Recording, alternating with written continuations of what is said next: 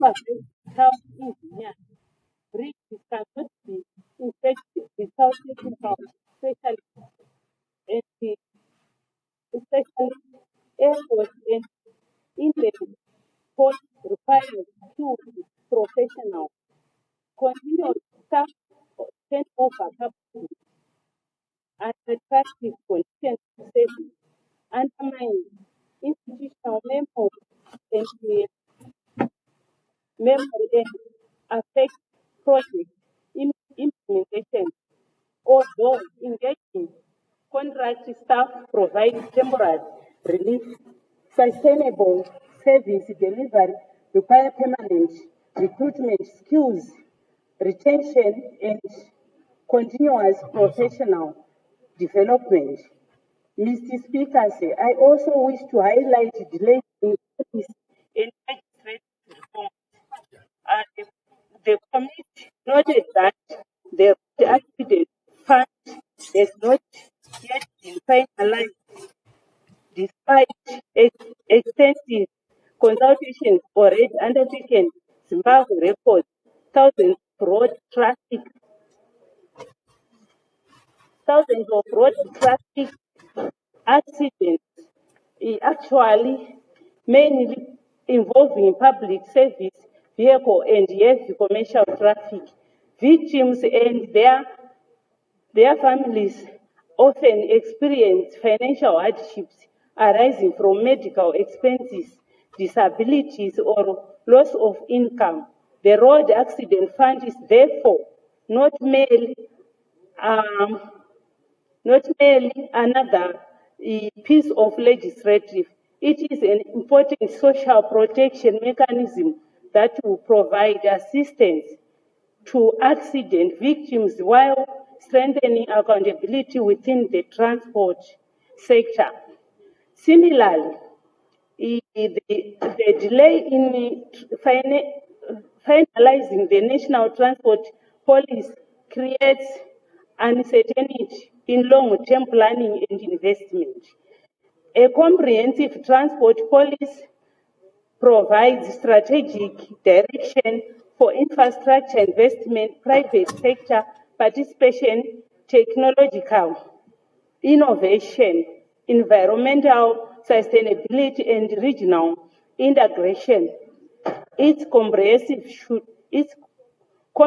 competition should therefore remain a national priority. Mr. Speaker, permit me to also comment on the implementation of Zimbabwe Transport Information System, ZIMTIS.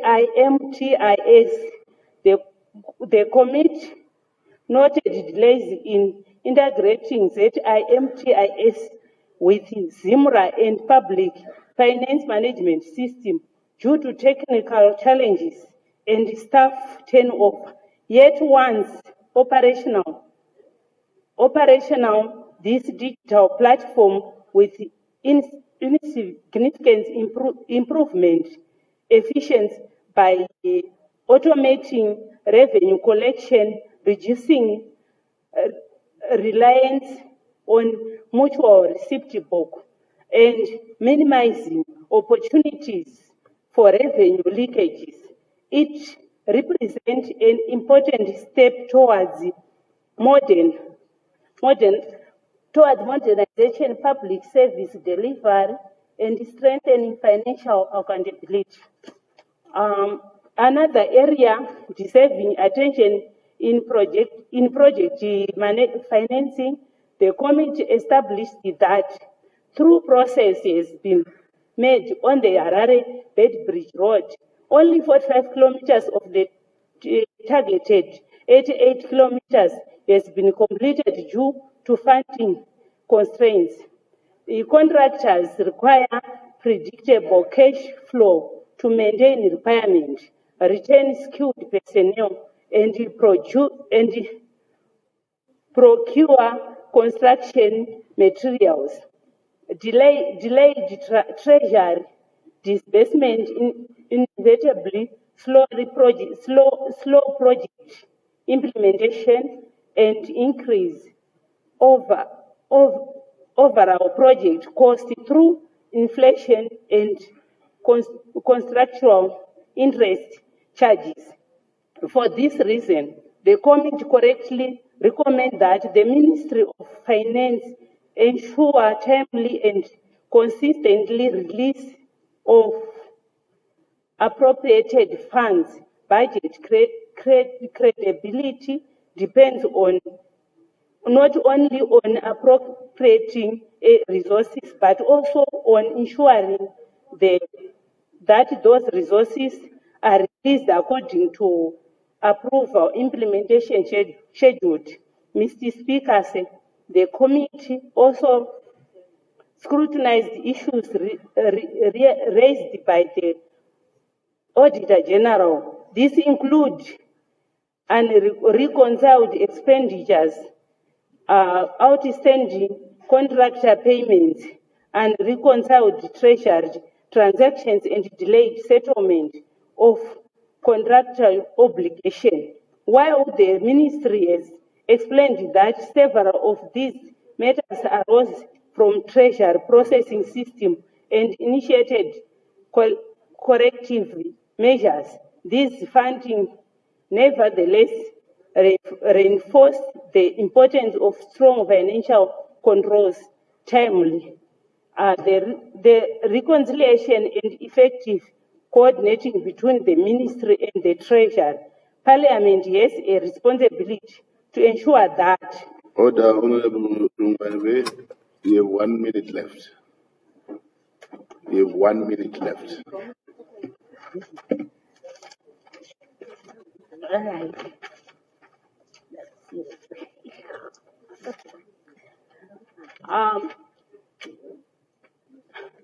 Mr. Speaker said, transport infrastructure is not an end in itself. It is an enabler of national development. Efficient roads connect farmers to markets, railways support industrial airports, facilitate tourism and investment. Inland waterways creates new economic opportunities and modern digital system proof governance collectively. These investments support Zimbabwe's Vision 2030 of becoming an upper middle income economy. I therefore fully support the findings and recommendations of the Portfolio Committee and urge this August House to adopt the report so that the identified reforms may be implemented for the benefit of all Zimbabweans. I so submit. Thank you, Honorable Rumbawe. The next, please switch off your mic, right? Thank you. Honorable Rumbawe, I would like you to probably see me after this. The next honorable member to take the floor is Honorable Mangwa. Thank you, Mr. Speaker. The majority of my submissions have been said by the honorable members that have spoken before me. I fully concur with the recommendations from the committee. In addition, I just want to look at 2 points. The first one is the vacancy rate and the gender imbalance ministry as per the report. Mr. Speaker said a vacancy rate of about 30% is wide, but the solution to the problems does not just start with the ministry itself. Coming up with personnel with the requisite skills and experience is something that is beyond the ministry's capacity. Because, Mr. Speaker, it has a lot to do with remuneration, it has a lot to do with the competition that is there to get road engineers, the competition that is there to get civil engineers, the competition that's there to get the technicians that do the road works. Mr. Speaker said the very people that are supposed to work in the ministry and receiving civil servant salaries are the very same people that are sought after by the contractors that do the same roads. They are the very same people that are required by counterparts within the region and within the entire world. Mr. Speaker, there is need for us to look critically at how we can retain these skills. Mr. Speaker, beyond merely retaining these skills, engineering is a profession that not many ladies would love to do. It is important that as we think about how to always have engineers available for our roads, to think beyond merely giving a girl child a doll and a boy child a grader for a toy. It is important that children that we raise are raised with the mentality that a girl child can still be an engineer. It is important that we tell the girl children that can still be dirty and bring money home.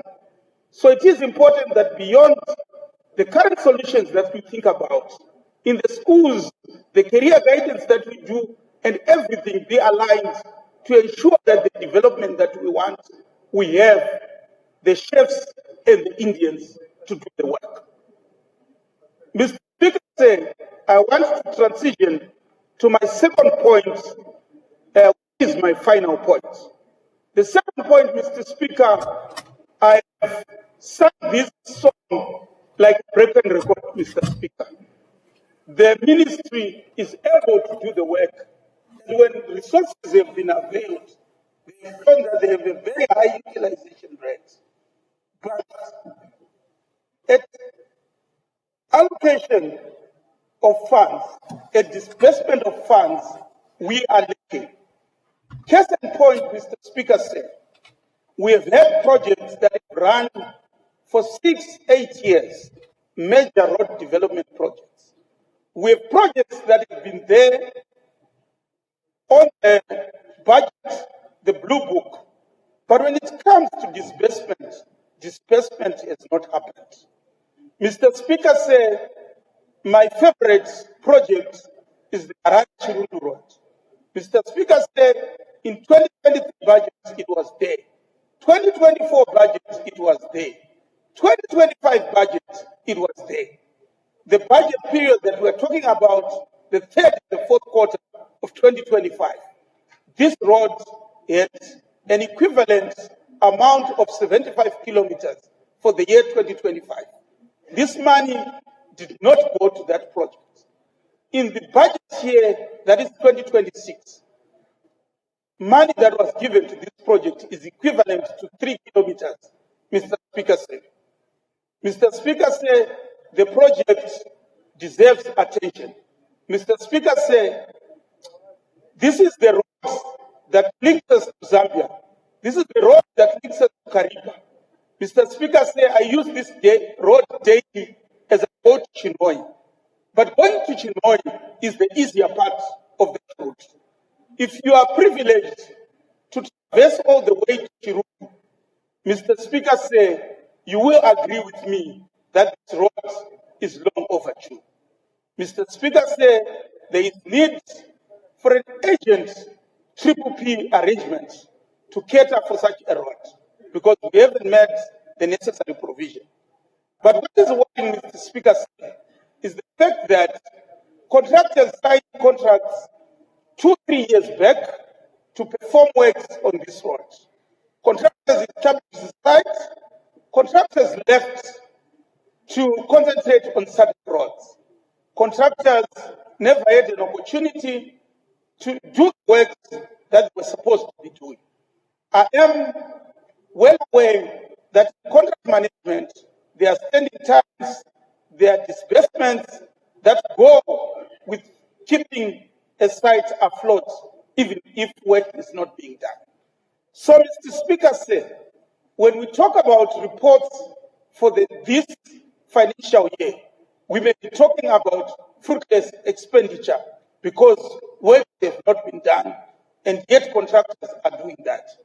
We may even be unfortunate that these contractors may sue us for payments for this time that they are not working, for standing time. Mr. Speaker said, as we continue, yes, I know there's a lot of projects that have been happening. Projects like Trabablas have happened, and now in Mavuku there is another one. Mr. Speaker said the investor may choose his path, but it is upon the government of the day to direct where there is more need. The same concrete that is needed to build an interchange is the same concrete, if not less, that we need for bridges to get to Chirundu. The same bitumen that is needed, the same bitumen going to Chirundu. Chirundu has a plus that Mr. Speaker said, it has toll gates on the way. So it is a very viable project that it boggles the mind that why are we not having progress on such projects? Mr. Speaker said, as we progress as a committee, it is important that we support initiatives, not only that we have roads being allocated funds, but the other modes of transport as well.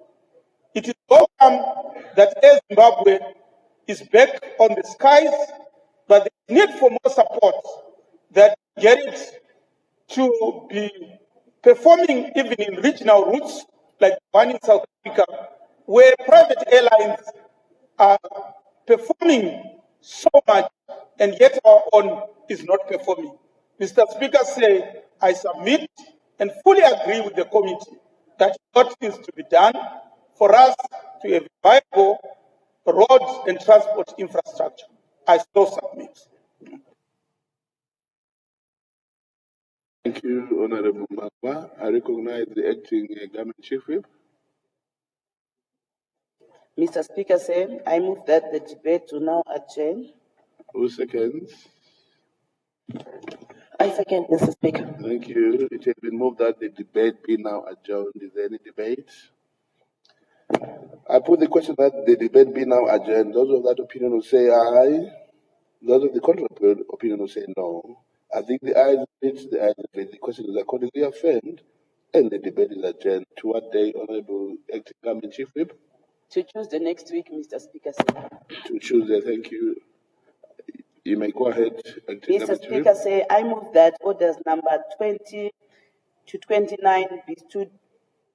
I move that orders number 19 to, no, to you 29. Right. You are right, number 20.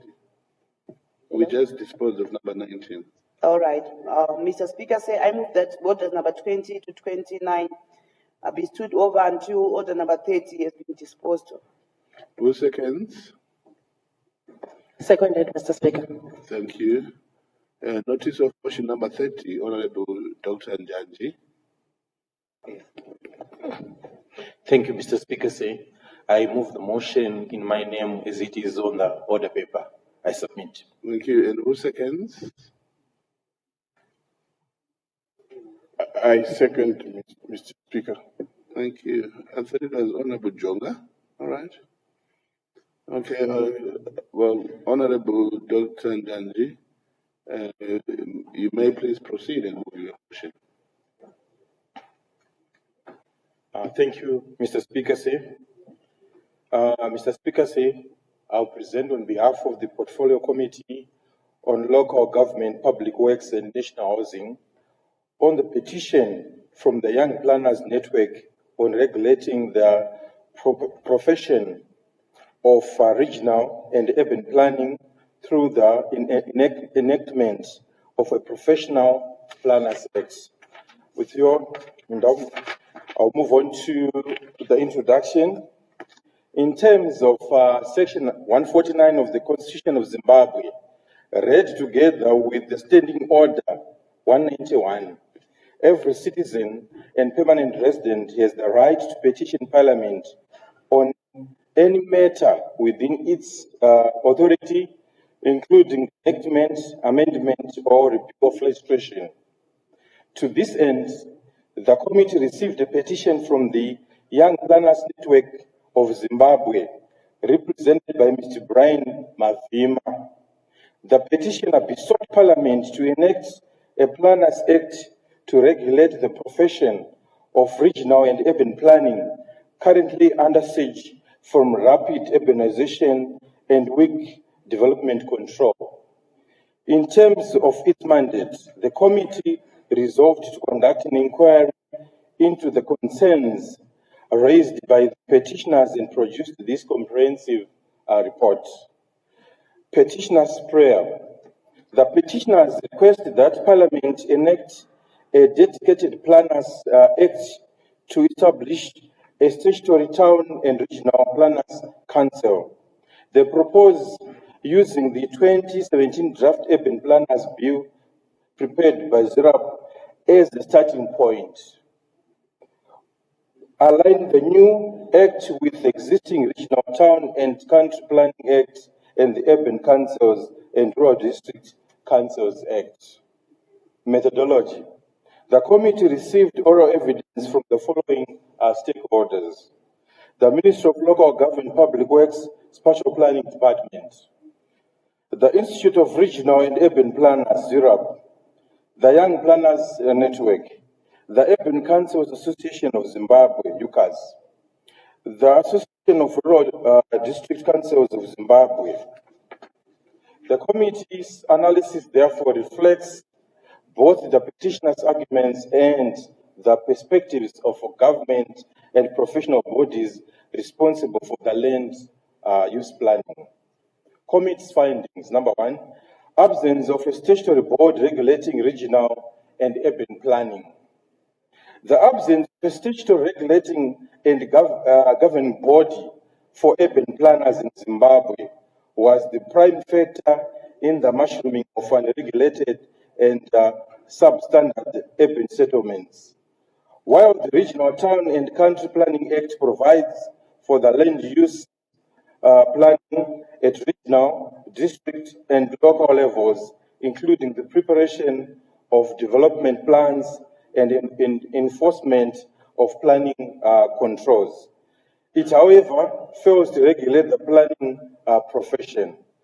Unlike other built environment professions such as engineering, architecture, surveying, which are under statutory councils, the planning profession still remains largely unregulated. Due to the absence of a statutory body provided by an Act of Parliament, individuals with formal qualifications to practice as planners continue to increase the profession of regional and urban planning. The continued absence of a regulatory body to license professional planners, enforce disciplinary mechanism, and professional standards basis any prospect of having sound regional and urban planning in Zimbabwe anchored on professionalism and accountability. Incapacitation of planning authorities. The Association of Rural District Council and Urban Councils Association of Zimbabwe expounded that local authorities and the Ministry of Local Government Public Works planning departments were severely constrained by limited financial and human resources. This incapacitation was curtailing planning authorities from carrying out regular monitoring of development control across towns, cities, and rural districts. UCAS further underscored that policy inconsistencies, including the granting of provisional approvals prior to setting up essential services post-year 2000, aided the exponential increase of uncoordinated planning and irregular settlements across the country. Despite planning authorities being empowered through the Regional Town Council Planning Act, Chapter 29, to supervise, monitor, superintend land use planning at regional, district, and local levels, the financial and human resources and capacitation continues to severely undermine this important function of planning development across Zimbabwe, land baronism. The committee found out that, in theory, Regional Town Planning and Country Planning Act grants local authorities powers to issue enforcement notices and prosecute unauthorized development. However, its enforcement was weak. Land baronism has increased around towns and cities and within the jurisdiction of local authorities. The non-regulation of the planning profession was attributed to the rise of informal housing developments in areas such as Harare South, Hopley, Epworth, and parts of Chitungwiza.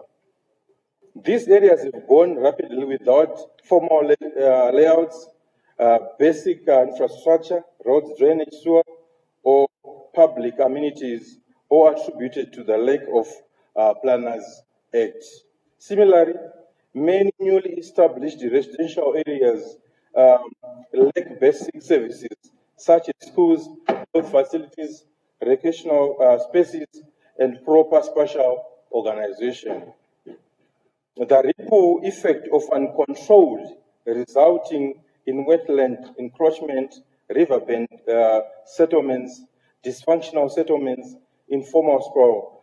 In the same vein, it was brought to the committee's attention by the Ministry of Local Government and Public Works that some of the challenges of unregulated and dysfunctional settlements had arisen from the post-2000 housing policies which permitted parallel development, whereby land occupation occupied prior to the provision of basic services resulting in inadequate infrastructure such as roads, sewer, and water reticulation systems.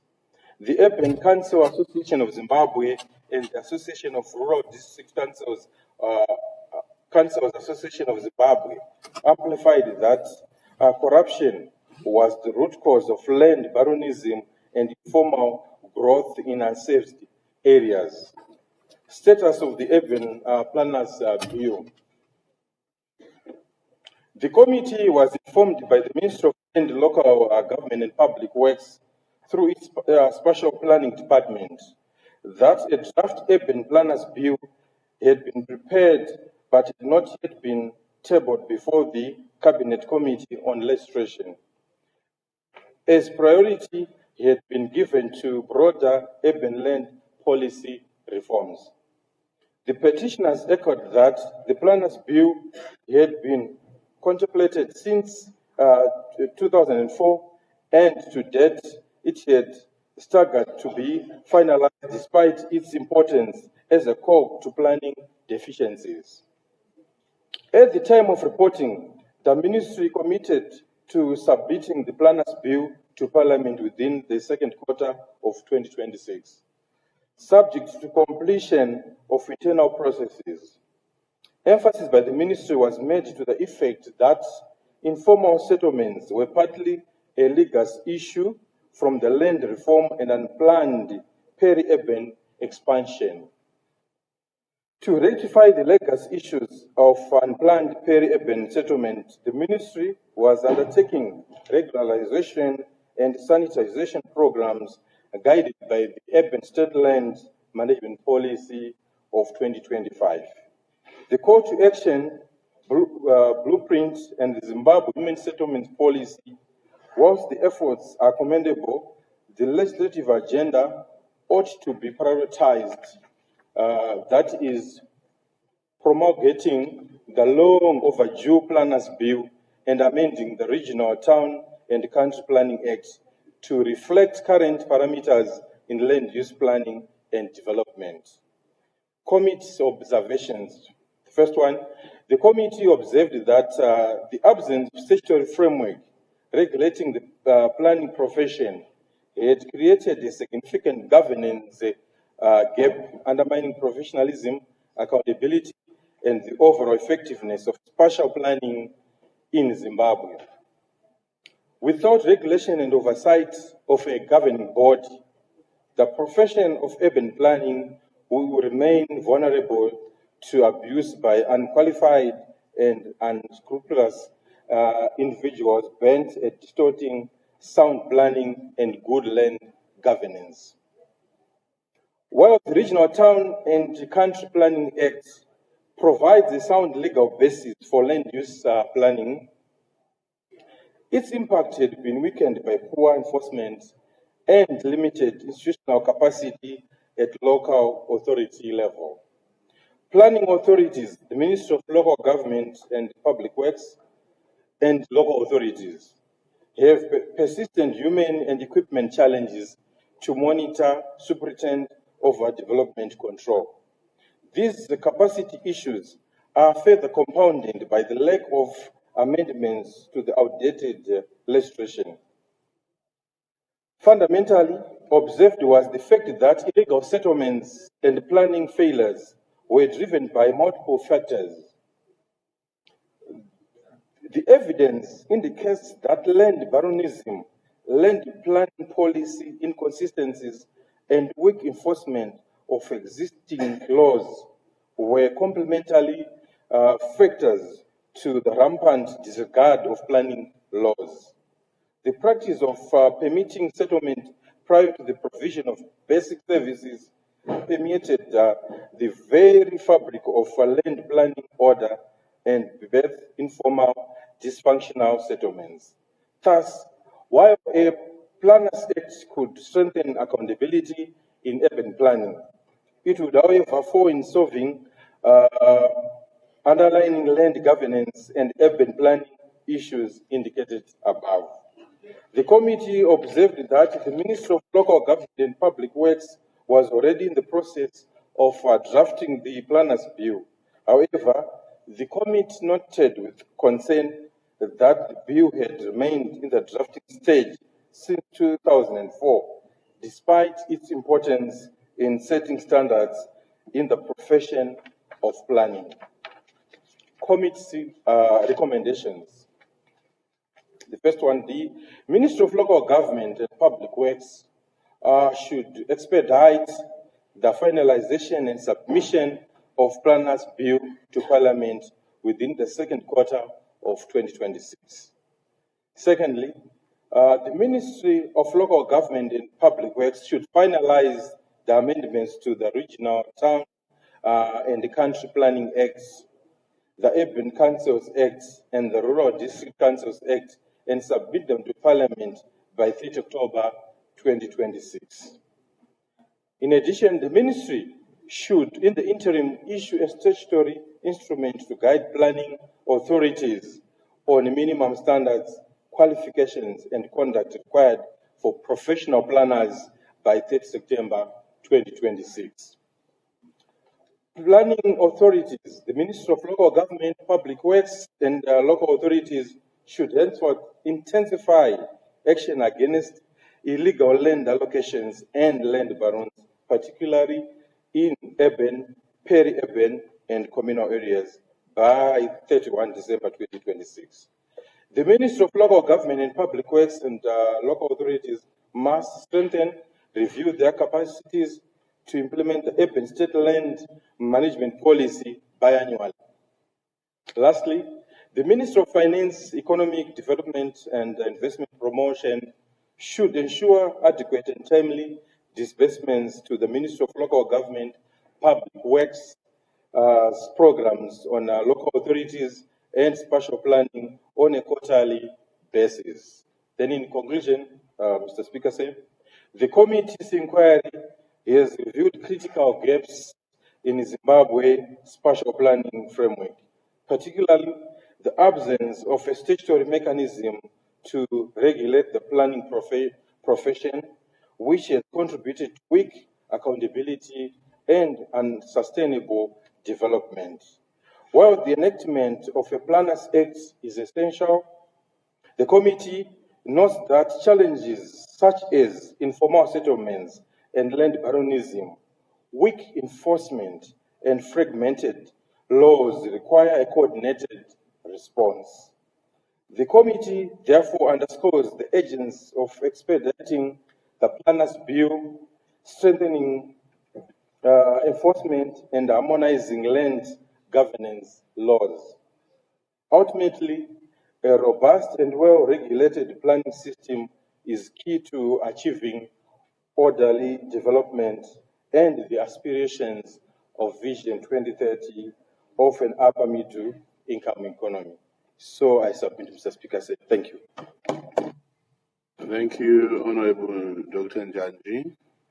The question before the House is a motion by Honorable Dr. Njanji that this House considers and adopts the report of the Portfolio Committee on Local Government, Public Works and National Housing on a petition from the Youth Planners Network on regulating the profession of regional and urban planning through the enactment of a Professional Planners Act, SC 17 of 2026. Is there any debate? I recognize the seconder, Honorable Nyakujeta. Good afternoon, Honorable Speaker. Good afternoon.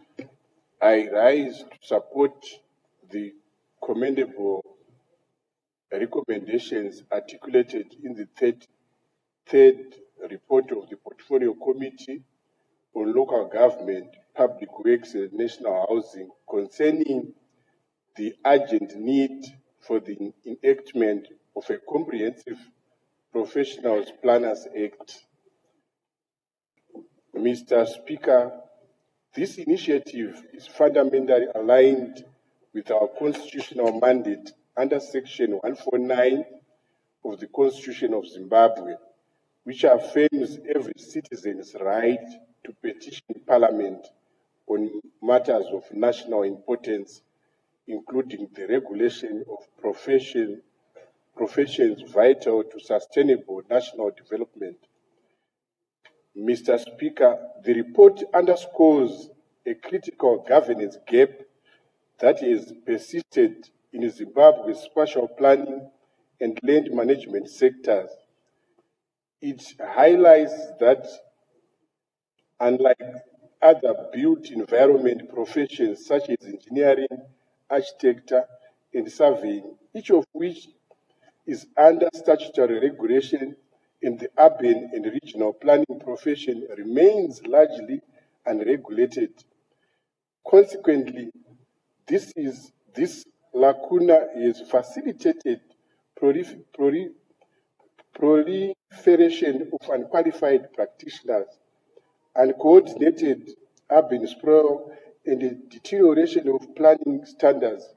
Mr. Speaker, the evidence demonstrates that unregulated planning conduct undermines not only the effectiveness of development control, but also compromises urban resilience, environmental sustainability, and social cohesion.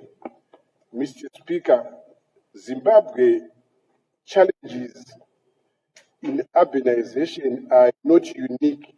Other countries have faced similar issues. For example, Ghana and Kenya have established statutory bodies through their respective town and regional planning acts, thereby professionalizing the sector and enhancing accountability. South Africa's Town Planning and Land Use Management Act of 2011, supported by a statutory council, exemplifies best practice in impending regulation and ethics into the planning profession, which has contributed to improved land governance and more sustainable urban development. Mr. Speaker, it is therefore imperative that Zimbabwe follows a similar trajectory.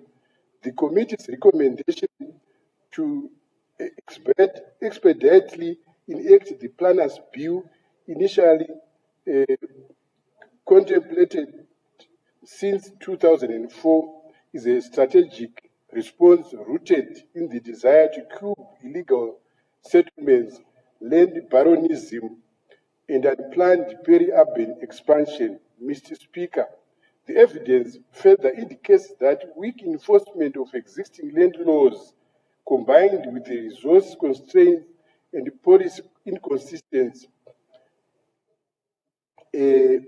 exacerbate these issues. Strengthening governance through a statutory regulatory body will foster professionalism, enforce discipline, and enhance compliance with urban planning standards. Mr. Speaker, the government has rightly prioritized urban land reform and development to support Vision 2030 and our national development strategy.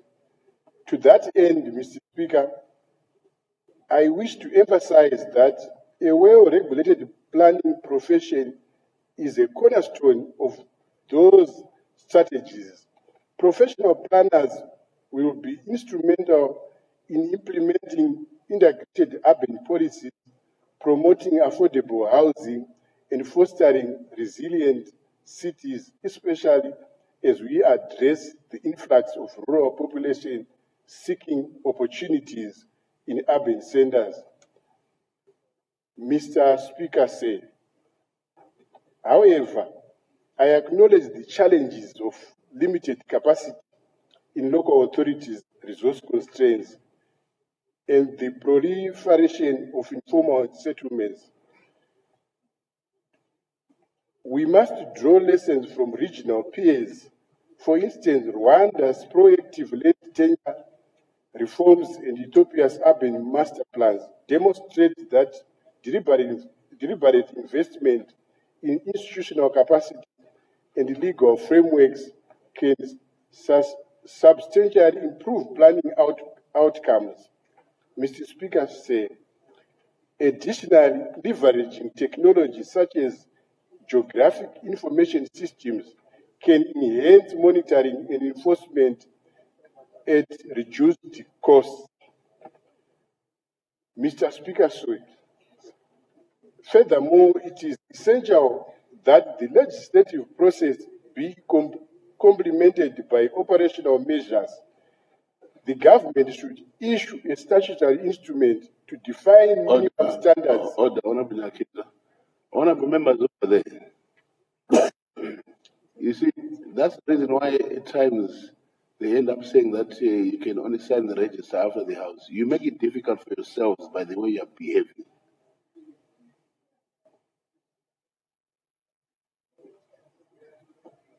Okay, can we please behave honorably over there? Doorkeeper, please have one person at a time there. Just one person at a time. The rest must go back and take their seats. Otherwise, don't make them sign that register. Where is the doorkeeper? Please take that register and make sure that there's only one person there. Now.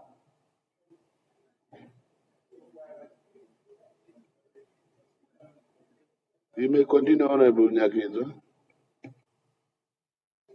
Thank you, Mr. Speaker.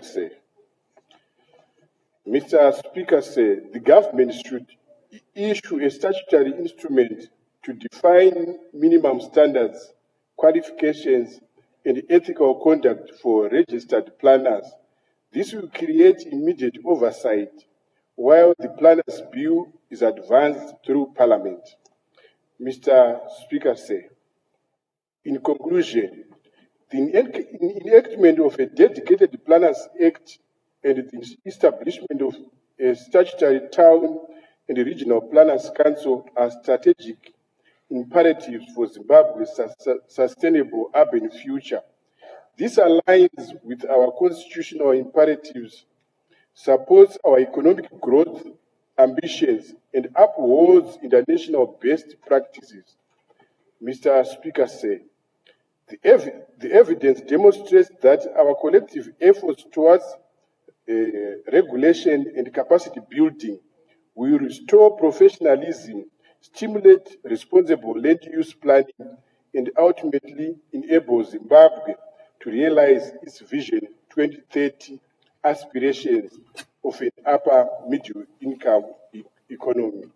Mr. Speaker, say I so submit. Thank you. Thank you, Honorable Akina.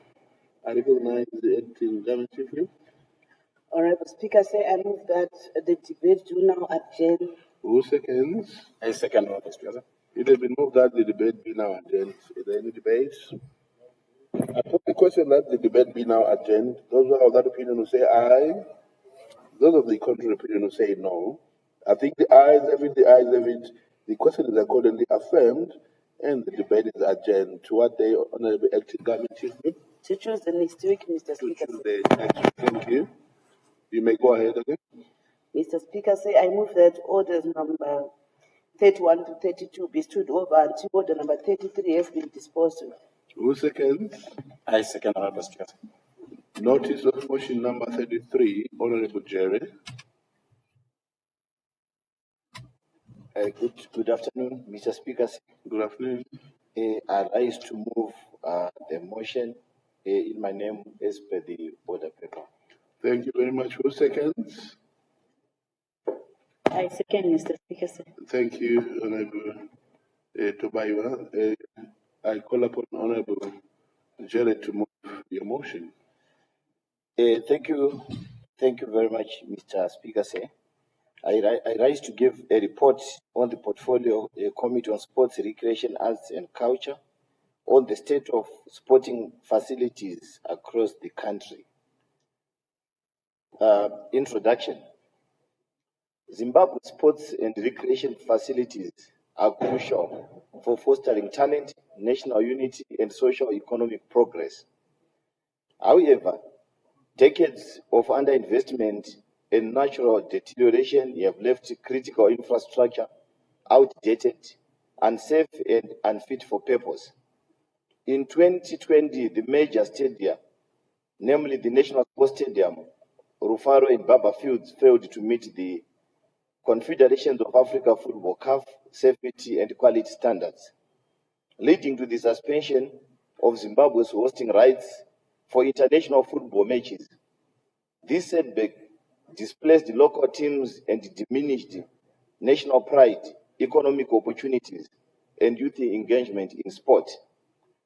The committee resolved to conduct an inquiry into the state of sporting facilities with a view to coming up with a recommendation for improving sporting facilities in the country. Objectives: to assess their current state and adequacy of existing sporting facilities. Number 2, to evaluate the implementation of government policies and programs related to sports infrastructure. Number 3, to identify challenges faced in utilizing and maintaining sporting facilities. And number 4, to engage with key stakeholders with a view to finding lasting solutions to improve facility management and funding. Methodology. The committee received oral evidence from the Ministry of Sports, Recreation, Arts and Culture, and the Sports and the Recreation Commission, SRC, on the state of sporting facilities in the country. It conducted fact-finding visits for on-site evaluation of stadiums, pools, and recreation centers. It also conducted stakeholder consultations with Zimbabwe Cricket, Zimbabwe Rugby Union, Hockey Association of Zimbabwe, Zimbabwe Aquatic Union, FC Platinum Holdings, and local authorities. Committee findings, Mr. Speaker. Football infrastructure, there's a table there which speaks of the facility National Sports Stadium, location Harare, primary use, that's football and athletics, construction era, post-independence, current management, Ministry of Sport, capacity 60,000. Rufaro Stadium, location Harare, primary use football, construction era, colonial era, current management, Harare City Council, capacity 45,000. Baba Field Stadium, Bulawayo, location, primary use football, construction colonial era, Bulawayo City Council, as the current management, is a 40,000 seater capacity. The committee visit to football facilities reviewed that all the stadiums in the country required upgrades to meet the standards set by the Confederations of African Football, CAF, and FIFA. And currently, none of them could host international matches.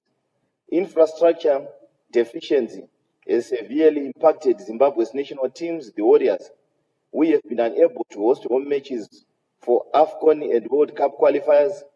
Zimbabwe Football Association informed the committee that the financial constraint was immense, with cost per international assignment averaging between 500,000 US dollars and 750,000 US dollars. These expenses stem from travel, accommodation, and venue rentals. For domestic football clubs, the financial burden has been equally overwhelming. Some clubs, such as Dynamos FC, were forced to withdraw from continental competitions in 2024-2025 season due to prohibitive costs. National Sports Stadium renovations. The renovation project at the National Sports Stadium was launched in 2024 in partnership with private sector entities, including Sakunda Holdings, with the goal of restoring the venue to CAF and FIFA standards. When the committee visited the venue in March 2026, Mr. Speaker, renovations were ongoing with 100% of bucket seats which were secured through a donation by Sakunda Holdings having been installed. All lighting and CCTV installations completed, control room, electronic turnstiles were being installed, with 3 modern gates completed, and water system upgrade at 75% completion. The ministry had assured the committee that by end of April 2026, some works at the stadium, including pitch installation and water reticulation, would be sorted out and potentially allowing the stadium to host the Zimbabwe Warriors' next international home match. The committee had bemoaned the erosion of national pride caused by the closure of the stadium, recalling the stadium legacy as the cradle of Zimbabwe's sporting heritage. There's a picture there, Mr. Speaker. When the committee visited the stadium on 30 April to assess the estimated target period for pitch installations at the stadium, there had been remarkable progress and 80% of the works having been completed. Key progress updates included turnstiles from gates number 1 to 6 installed and tested, with a dedicated gate for persons with disabilities. On a point of order, Mr. Speaker. Order, Honorable Jerry.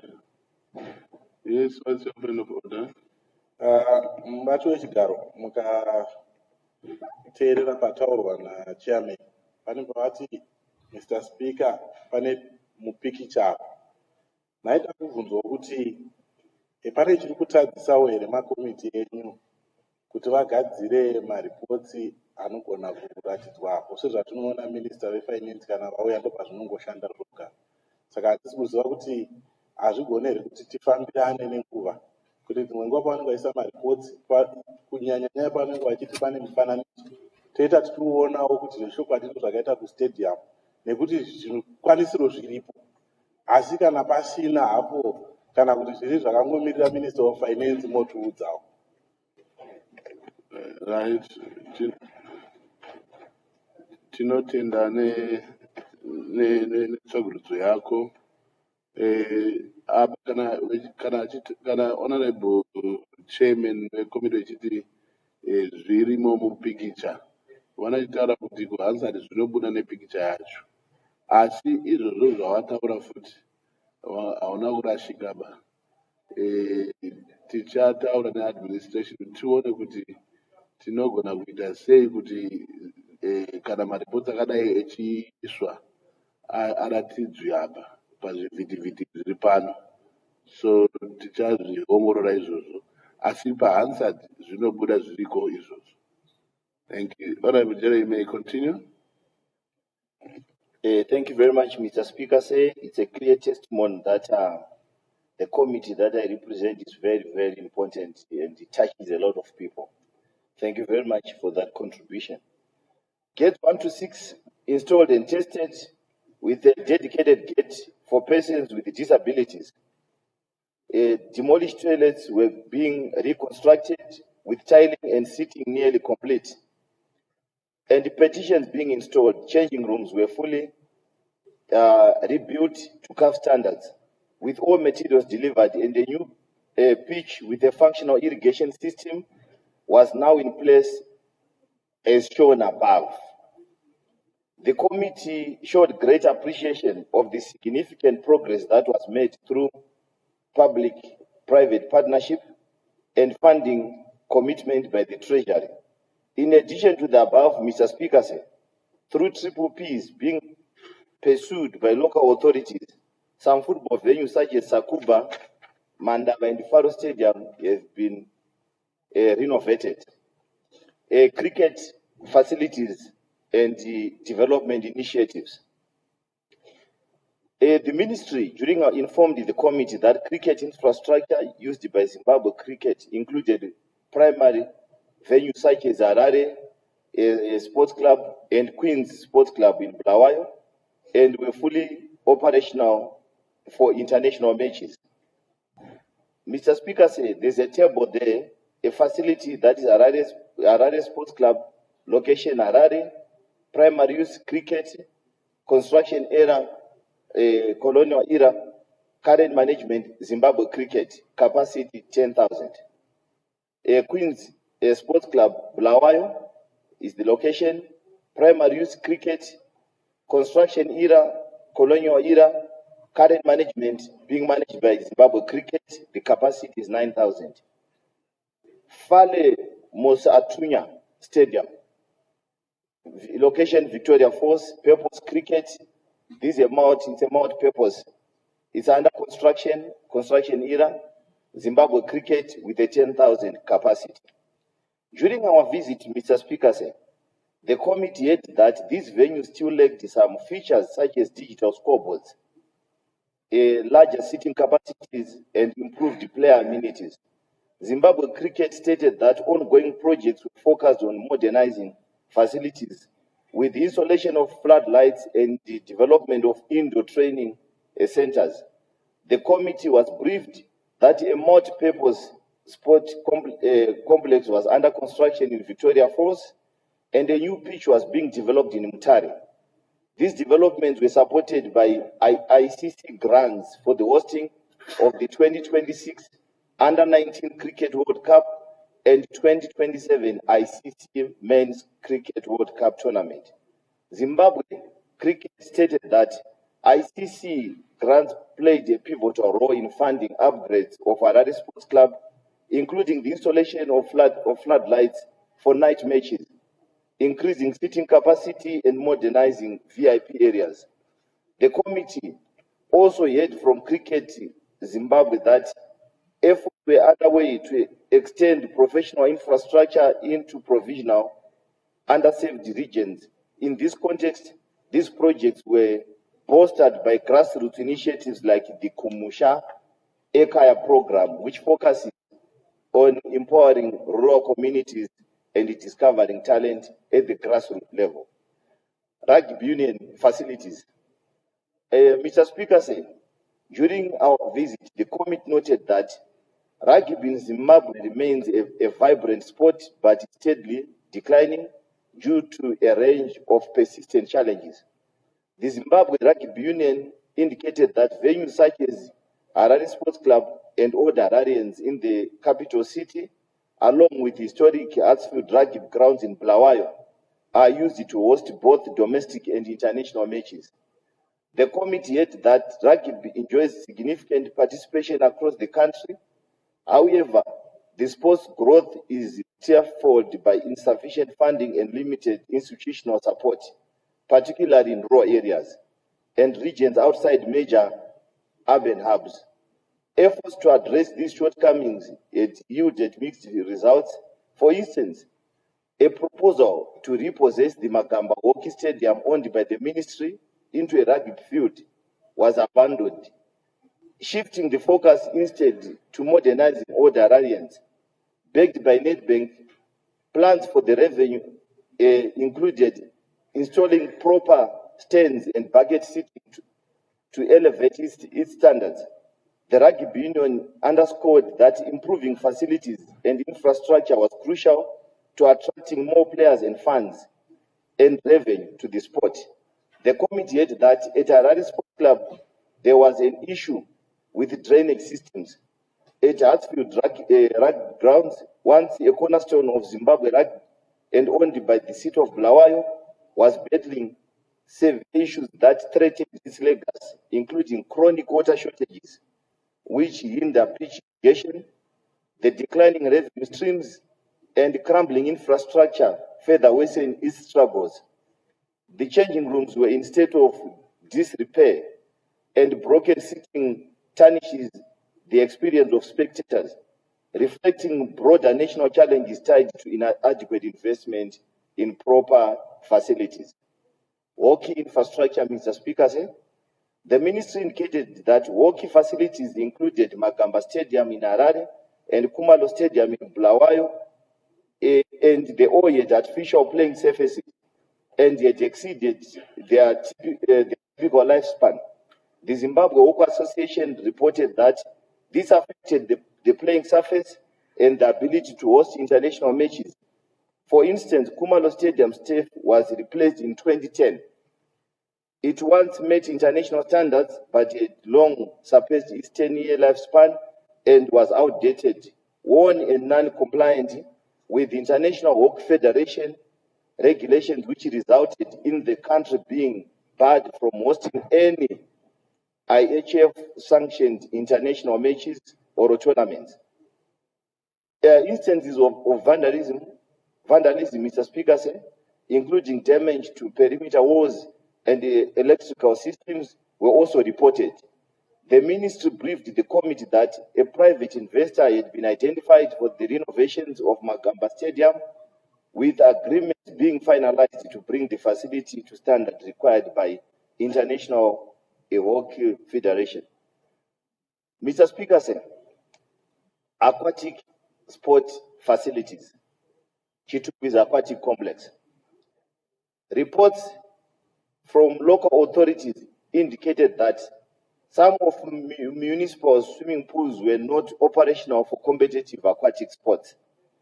The Chituku's aquatic complex was built in 1995 for Africa Youth Games and the futuristic features that were ahead of their time, and today they are still to be fully utilized. The committee had that the aquatic center has been non-operational since 2015 due to issues of filtration systems and tiles. The Zimbabwe Aquatic Union reported that only 3 pools in Harare, Mutare, and Bulawayo met the standard dimensions for competition out of 22 in the country, and these often faced water shortages. The availability of heated pools for all year-round training was, however, limited only to private-owned pools, leaving out public pool facilities. Athletic facilities, Mr. Speaker. The ministry stated that the availability of modern athletic tracks and certified areas for field events was an area that had been severely underdeveloped. The tartan track at White City House in Bulawayo had been identified for renovations, but it had been placed on the waiting list for several years. The SRC further asserted that the athletic track at National Sports Stadium, which used to host local athletes for regional qualifications, timing was no longer functional due to prolonged renovations. Committee was also briefed that in rural provinces there was limited access to dedicated basic athletic tracks, and athletes were utilizing school grounds, which can influence a slow development pathway for athletes in those regions. Evaluation of policy implementation and legal coordination, Mr. Speaker. The committee assessed Zimbabwe's framework for maintaining sporting facilities, which is underpinned by legislation, strategic plans, and recent government initiatives. It was noted that oversight on sporting facilities was shared between the Sports and Recreation Commission and the Ministry of Sports, Arts, Recreation, Arts and Culture, while local authorities and private sector handle implementation. The Sports and Recreation Commission, Chapter 25.15, establishes that SRC as the statutory body responsible for the infrastructure oversight. Statutory Instrument 194 of 2023 formally assigns the administration of the Act to the Ministry of Sports, clarifying the chain of authority.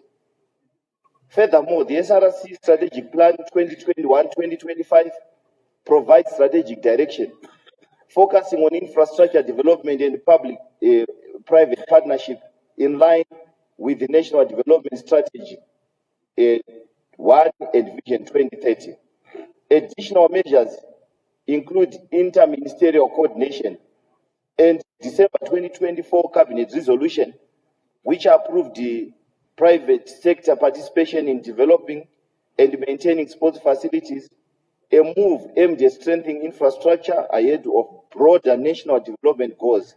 Facility standards are enforced through SRC registration requirements, while funding sources include government budgets, private sector partnerships, and the proposed Sports Culture Investment Fund.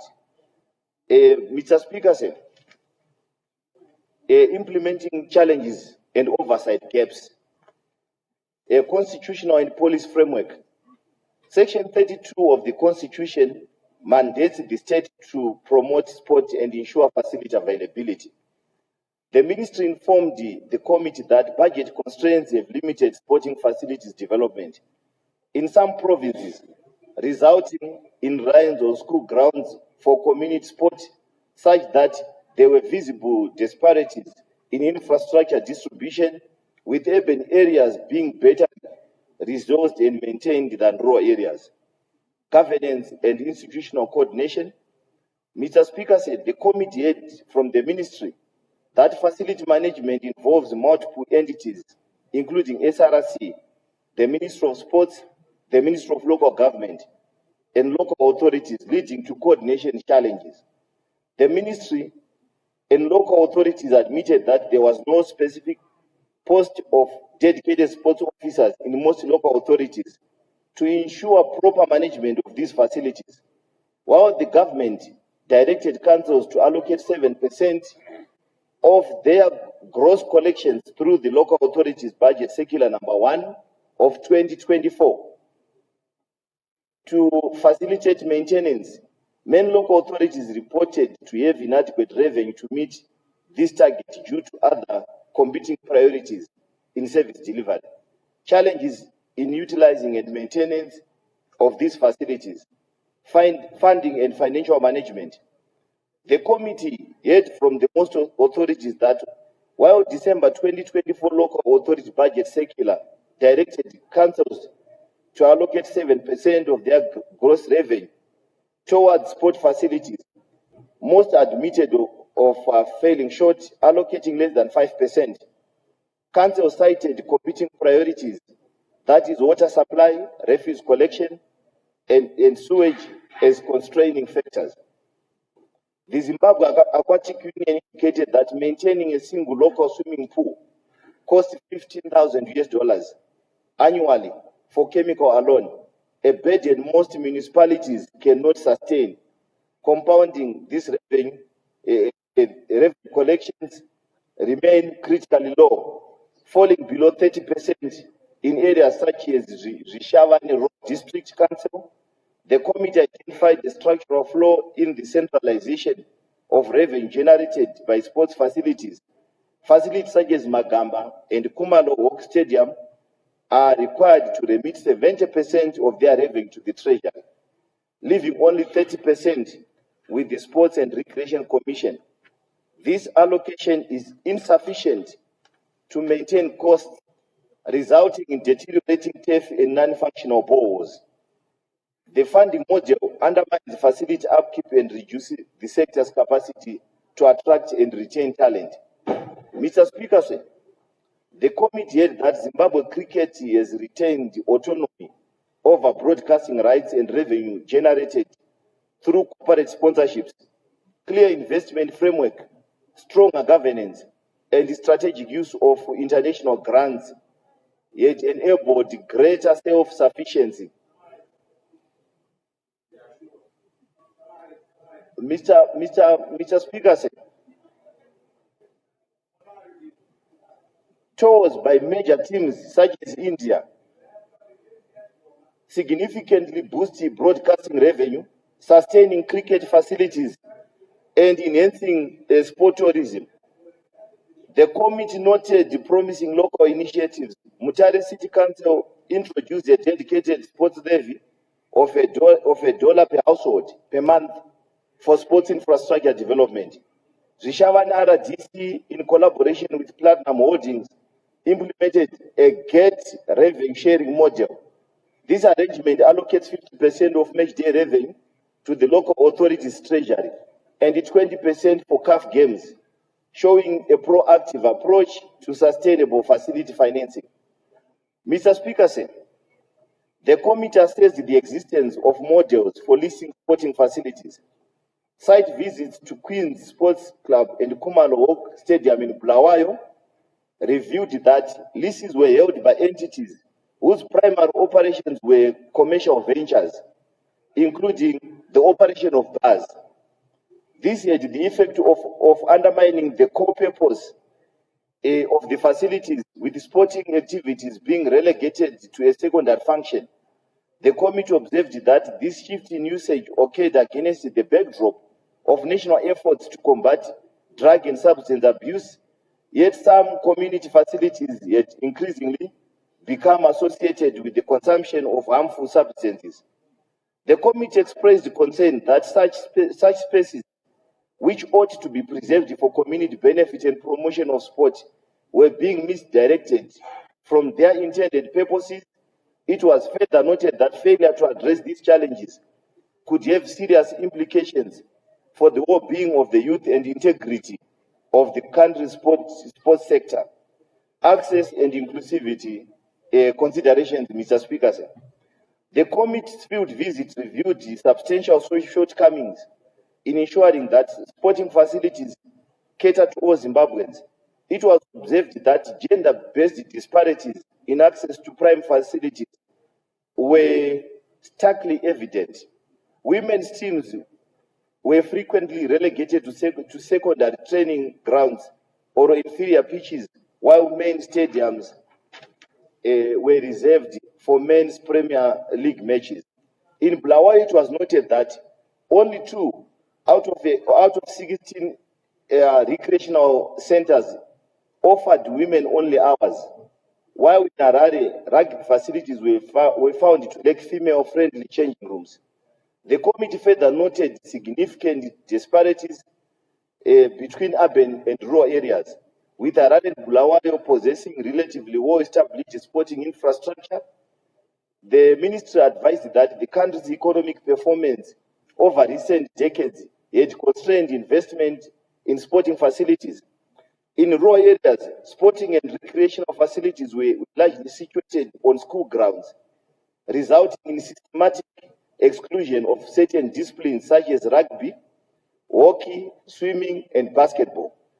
While urban amenities had benefited from private sector partnerships and financing constraints with the National Development Strategy, one objective, to promote enterprise development, the committee noted that such approach risks excluding undeserved areas.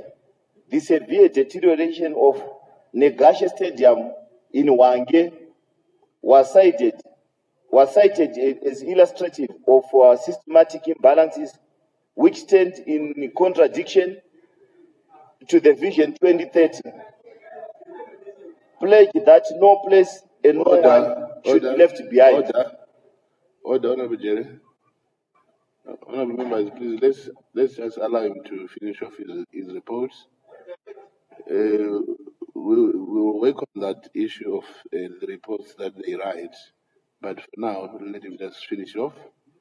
But if you could go to your summary, Honorable Jerry, as well.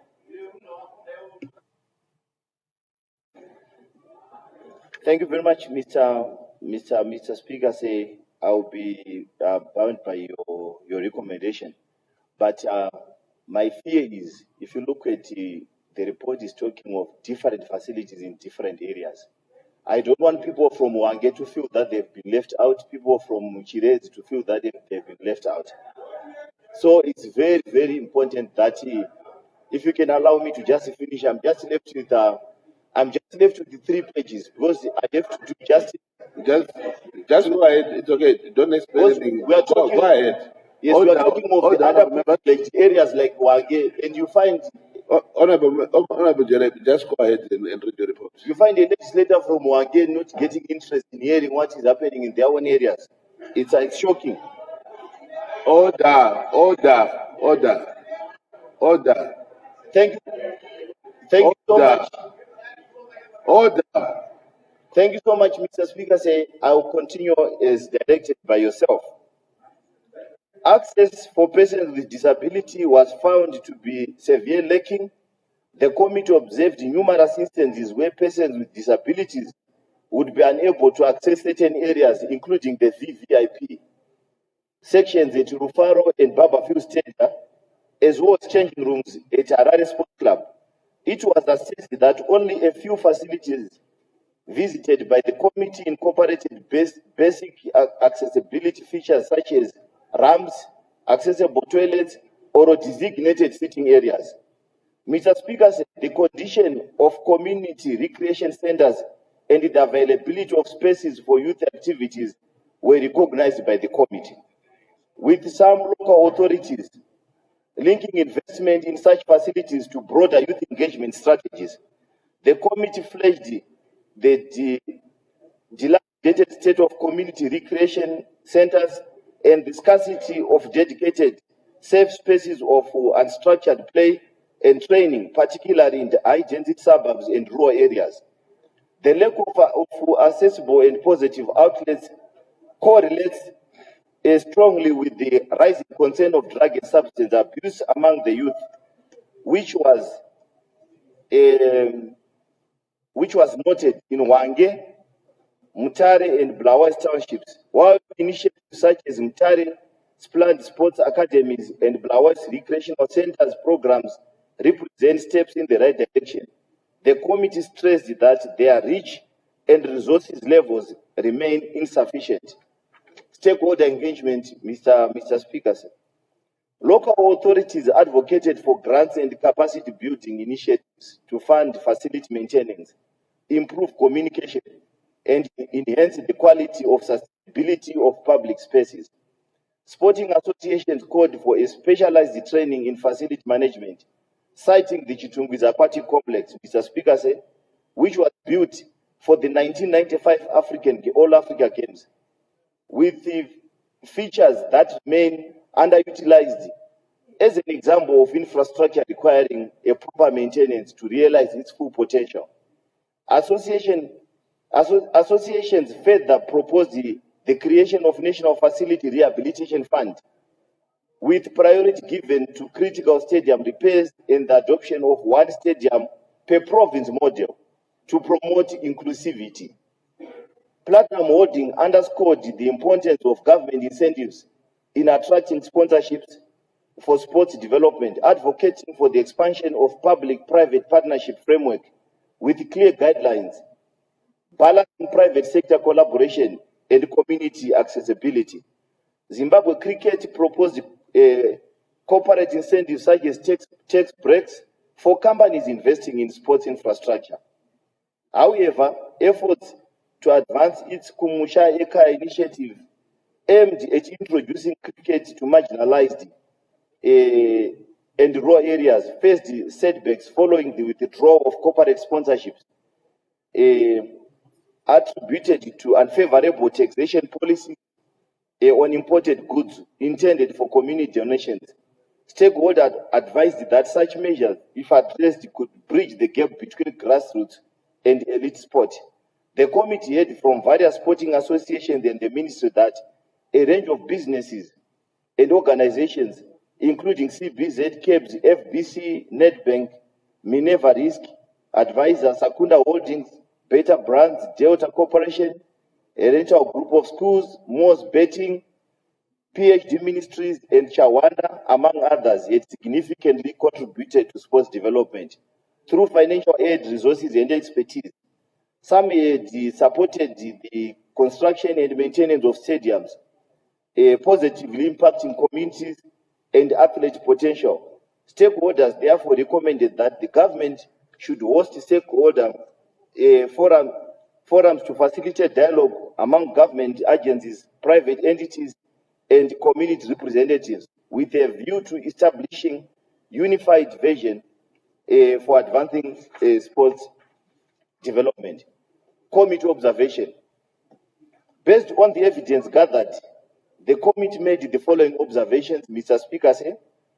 The committee identified a misalignment between national policy and infrastructure, violating Section 32 of the Constitution, which mandates nationwide access to sports facilities, urban-rural disparities in sport infrastructure, deepened socio-economic inequalities, denying rural youth opportunities in sports like swimming, hockey, and tennis, and wasting untapped talent.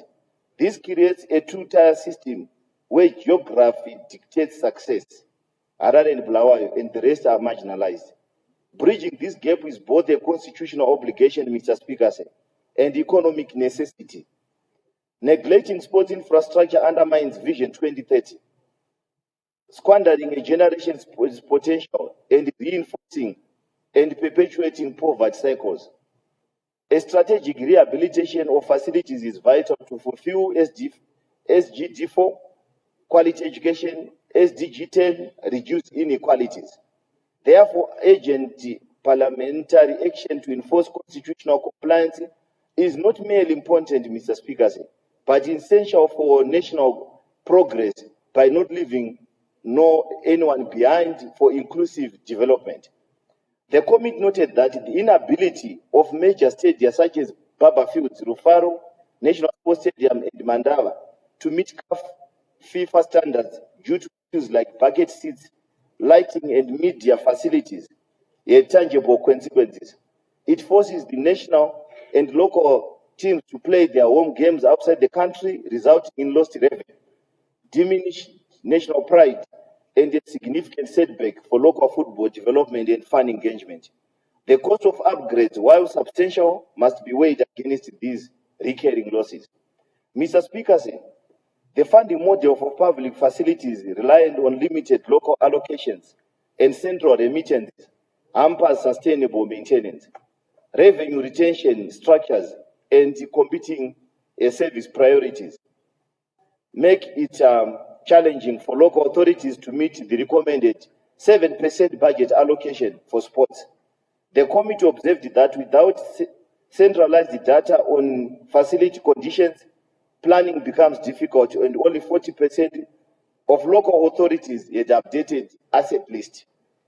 Isolated instances of successful private investment and triple Ps, such as in cricket and with certain football clubs, demonstrate a potential pathway for facility development. However, the broader application of those models appears to be influenced by factors including policy coherence and the availability of incentives for private sector participation. Consideration for access by women, persons with disabilities, persons living with disabilities, and youth are not constantly integrated into the planning and management of all sporting facilities, Mr. Speaker. This has been noted in the allocation of prime training times, the availability of accessible features, and the conditions of community recreational spaces. The government and financial model employed by Zimbabwe Cricket, which includes autonomy over commercial rights, is observed to correlate with a relatively higher degree of facility development and maintenance. This model offers a point of reference for considering management approaches in the sports sector. The committee noted that there was poor coordination between the Ministry of Sport, Recreation, Arts and Culture and local authorities, who often resisted collaboration on sporting facilities. This was noted as a factor in the underutilization and poor maintenance of community sports infrastructure, as local authorities are key custodians of these assets. The deterioration of community recreation centers and the lack of positive outlets for youth often leads to broader social concerns such as drug and substance abuse in certain townships. This points to the wider social impact of non-functional sporting infrastructure. Committee recommendations, Mr. Speaker, sir. To the Ministry of Sports, Recreation, Arts and Culture, develop a national sports infrastructure master plan, formulate a clear 10-year strategic plan to rehabilitate, upgrade and maintaining sporting facilities nationwide with specific first targets for each province by October 2026, Mr. Speaker.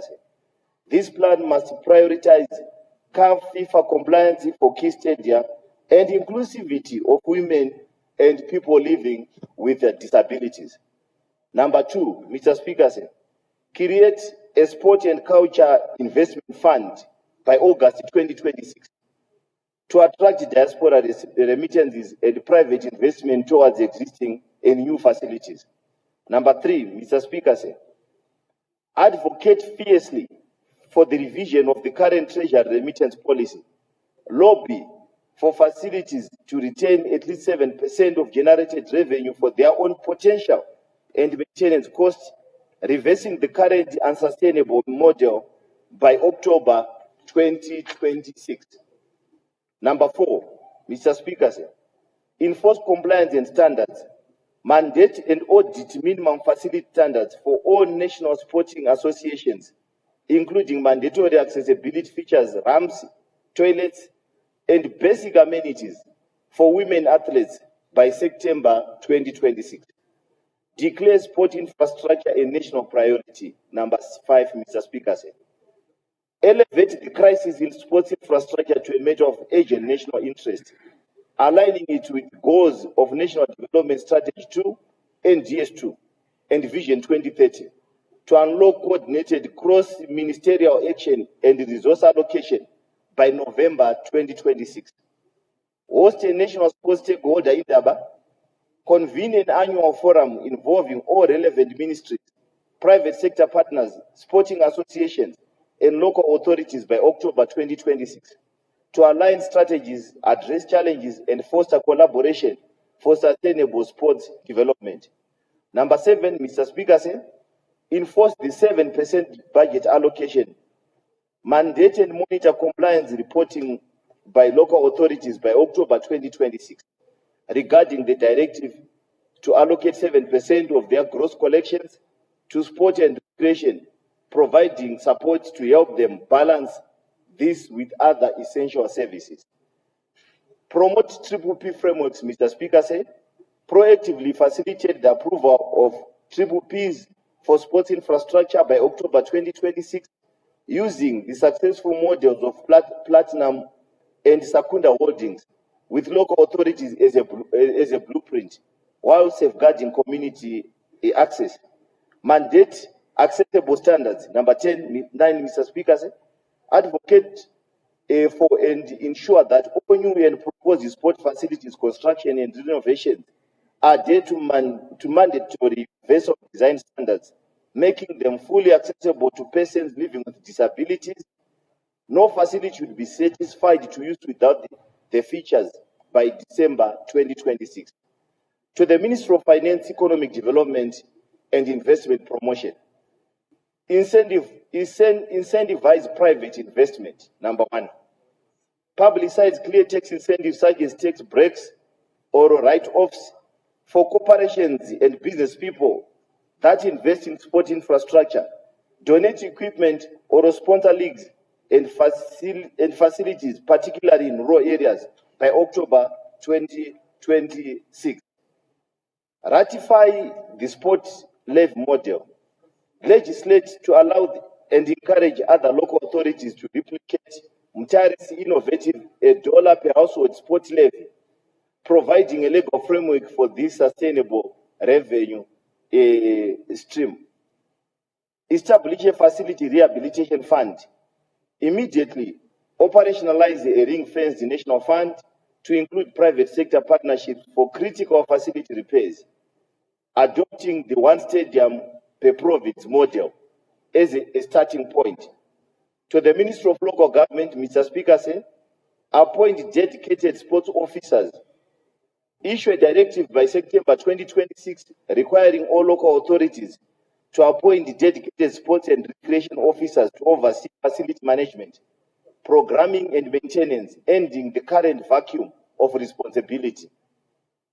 Audit facility leases. Conduct an immediate audit of all leases for all public sports facilities, more so Kumalo Stadium, to ensure they serve their primary sporting purpose and do not prioritize the commercial vouchers that conflict with the community and national interest. To the Minister of Women Affairs, Community, Small and Medium, as I get to the end, Mr. Speaker, development, mainstream gender and inclusivity in sport. Work with the Ministry of Sport, Recreation, Arts and Culture and local councils to develop and enforce policies ensuring equitable access to prime training and competition facilities for women's sports teams by November 2026. Integrate sport into social programs. Formalize the link between functional recreational facilities and the fight against drug abuse. Channel resources into community sports programs in high-risk areas like Harare and Bulawayo townships as a key pillar of youth social development. In conclusion, Mr. Speaker, Zimbabwe stands at a pivotal moment. Decades of underinvestments have eroded sporting infrastructure, but the committee's findings review a blueprint for renewal. The recognition of public-private partnership, devolution, establishing sporting facility database, ring-fencing the 7% of local authorities' budget for sports development as recommended by the committee, will see our sporting facilities being better maintained. In addition, the rehabilitation of National Sports Stadium and ongoing preparation of Zimbabwe hosting the 2027 Cricket World Cup will be starting point in restoration of national pride and unity. As Honorable Benza asserted during the talk, I open court. These facilities are not concrete and grass. They are incubators for dreams. I close court. The committee urges Parliament to endorse these recommendations without delay, transforming policy into action. The revival of Zimbabwe's sporting soul is not merely an economic imperative, but a moral covenant and with future champions. Thank you, Mr. Speaker. Thank you, Honorable Jerry. The question before the House is a motion by Honorable Jerry that this House considers and adopts the report of the Portfolio Committee on Sports, Recreation, Arts and Culture on the state of sporting facilities across the country, SC 5 of 2026. Somebody is talking while I'm also talking. It's not a good thing. Is there any debate? I recognize the acting government chief whip. Mr. Speaker, I move that the debate be now adjourned. Who seconds? I second. It has been moved that the debate be now adjourned. Is there any debate? I put the question that the debate be now adjourned. Those of that opinion will say aye, and those of the contrary opinion will say no. I think the ayes have it. The ayes have it. The question is accordingly affirmed, and the debate is adjourned. To what day, Honorable Acting Government Chief Whip? To Tuesday next week, Mr. To Speaker. Tuesday. I recognize you again. Honorable Speaker, I move that the House do now adjourn. Who seconds? I second, Honorable Speaker. It has been moved that the House do now adjourn. Is there any debate? I put the question that the House do now adjourn. Those who are of that opinion will say aye. Those of the contrary opinion will say no. I think the ayes have it, the ayes have it. The question is accordingly affirmed, and the House is adjourned. To what day, Honorable Acting Government Chief Whip? To Tuesday next week, Mr. Speaker. The House is adjourned to Tuesday. Have a lovely weekend and travel safely back to your constituencies. Thank you.